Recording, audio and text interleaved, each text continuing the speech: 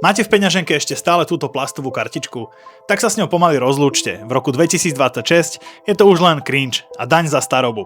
Vlastne sa pomaly môžeme začať lúčiť s celou peňaženkou. Nová éra totiž začína. Čo ak vám poviem, že banky vás už začali potichu odstrihávať od starého sveta a vy ste si to ešte ani nevšimli? Dnes si rozoberieme, čo sa reálne deje s vašimi peniazmi, prečo vaša banka už nepotrebuje vašu kartu a čo je digitálne euro. Ide o koniec súkromia alebo vyššiu efektivitu. Poďme na to. Ak ste si doteraz mysleli, že platiť v hotovosti je vaše sväté právo, 1. máj 2026 vás vyviedol z omylu. Vstúpil do platnosti zákon, ktorý hovorí jasne. Ak má obchodník e-kasu, pri nákupe nad jedno jediné euro vám musí umožniť zaplatiť bezhotovostne. Ak nie, bum, pokuta od 500 až do 15 000 eur. Navyše, štát im umožnil prijímať platby cez QR kód, takže výhovorky na pokazený terminál v obľúbenom podniku oficiálne skončili. A čo banky? Tie nekončia s plastovými kartami z dobroty srdca, ale kvôli vlastným nákladom. Od apríla 2026 najväčšia banka na trhu zaviedla poplatok 10 eur za to, že vôbec chcete vydať fyzickú kartu. Výnimku majú len seniori a mladiství. Virtuálna karta v mobile? Zadarmo. Banka vás doslova finančne trestá za to, že chcete držať v ruke plast. Navyše, viete prečo to robia? Od roku 2025 sú okamžité platby v EÚ povinné. Banky vás učia platiť mobilom, aby z transakcií úplne vyšachovali gigantov ako Visa alebo Mastercard a nemuseli im platiť provízie. Je to čistý biznis boj o maržu, v ktorom ste vy len nástroj. Ale ak si myslíte, že virtuálna karta v mobile je to najďalej, kam banky zájdu, počkajte, kým zistíte, prečo im zrazu tak veľmi záleží na vašej tvári. Ale zabudnime na mobily. Mladí milujú Face ID, banky to vedia a idú o krok ďalej. Bezkartové výbery sú už štandard, ale prichádza FacePay. Platiť tvárou priamo na termináli bez mobilu už nie je sci-fi. V roku 2026 to vidíme v pilotných testoch, napríklad v známych reťazcoch, ako napríklad Lidl. Znie to super rýchlo, kým si neuvedomíte jeden drobný detail. Tvoj biometrický hash, teda mapa tvojej tváre, je v databáze. Keď ti hacker ukradne PIN, zmeníš si ho. Keď ti AI hacker v roku 2026 ukradne identitu tváre, čo urobíš? Tvár si predsa neodrežeš a nepreoperuješ. Banky už o vašej tvári vedia vďaka skenom z mobilov viac ako vaša vlastná matka. Ste ochotní predať im túto poslednú intimitu za to, že pri pokladni ušetríte 3 sekundy? To ale stále nie je tá najdesivejšia časť. Skutočný boss totiž práve teraz prichádza z Frankfurtu a dostane sa vám priamo do výplaty. A tu prichádza ten hlavný boss. Digitálne euro. Európska centrálna banka tento rok ohlásila jeho pilotný test na reálnych ľuďoch. Veľa ľudí si myslí, že to je nejaké štátne krypto. Omyl. Krypto vlastníte vy.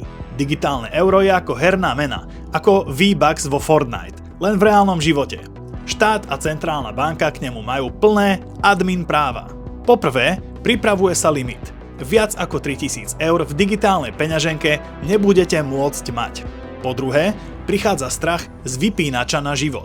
Európska centrálna banka síce tvrdí, že peniaze nebudú programovateľné, ale technológia za nimi to umožňuje. Predstavte si, že systém povie: týchto 500 eur z výplaty musíš do konca mesiaca minúť len na potraviny, inak ti prepadnú. A čo anonymita? Hotovosť je jediný spôsob, ako si niečo kúpiť tak, aby o tom nevedel nikto v centrále v Bruseli. S digitálnym eurom každý váš nákup, či na OnlyFans alebo u niekoho podozrivého, svieti v systéme.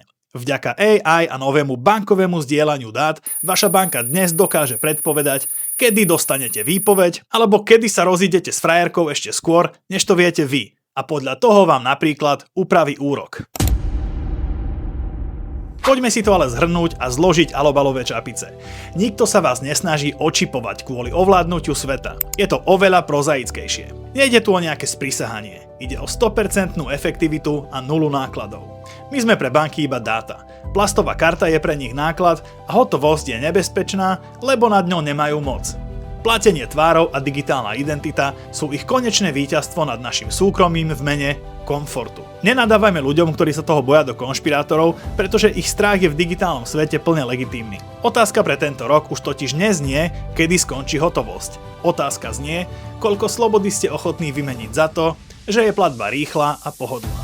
A ak sa pýtate, či sa nás snažia od hotovosti úplne odstrihnúť, odpoveď je áno, ale robia to potichu. Éra bezhotovosti sa nezačne v budúcnosti. Začala sa 1. mája.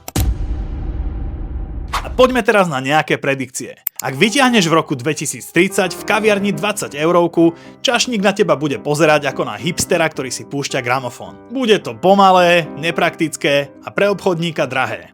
Do roku 2030 zmizne zo slovenských ulic 70% bankomatov. Údržba, bezpečnosť a logistika hotovosti sú pre banky obrovský náklad. Banky preto vynahradia bankomaty službou cashback. V potravinách vyberieš si peniaze pri pokladni, čím prenesú náklady na obchodníkov. Ak nebudeš mať po ruke supermarket, k hotovosti sa jednoducho nedostaneš. V roku 2030 už bude digitálne euro v plnej prevádzke.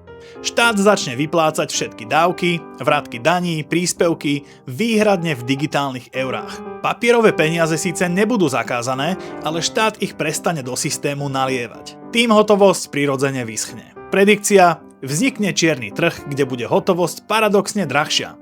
Napríklad za 100 eur v hotovosti zaplatíš 105 eur alebo 110 v digitále, pretože ti zaručí, že tvoj nákup neuvidí algoritmus banky. Čo si o tom myslíte vy? Ste pripravení na novú éru peňazí? Zaplatili by ste v obchode oskenovaním svojej tváre, alebo si z princípu pôjdete radšej vybrať hotovosť do bankomatu, kým sa ešte dá? Napíšte mi do komentárov, prečítam si každý jeden.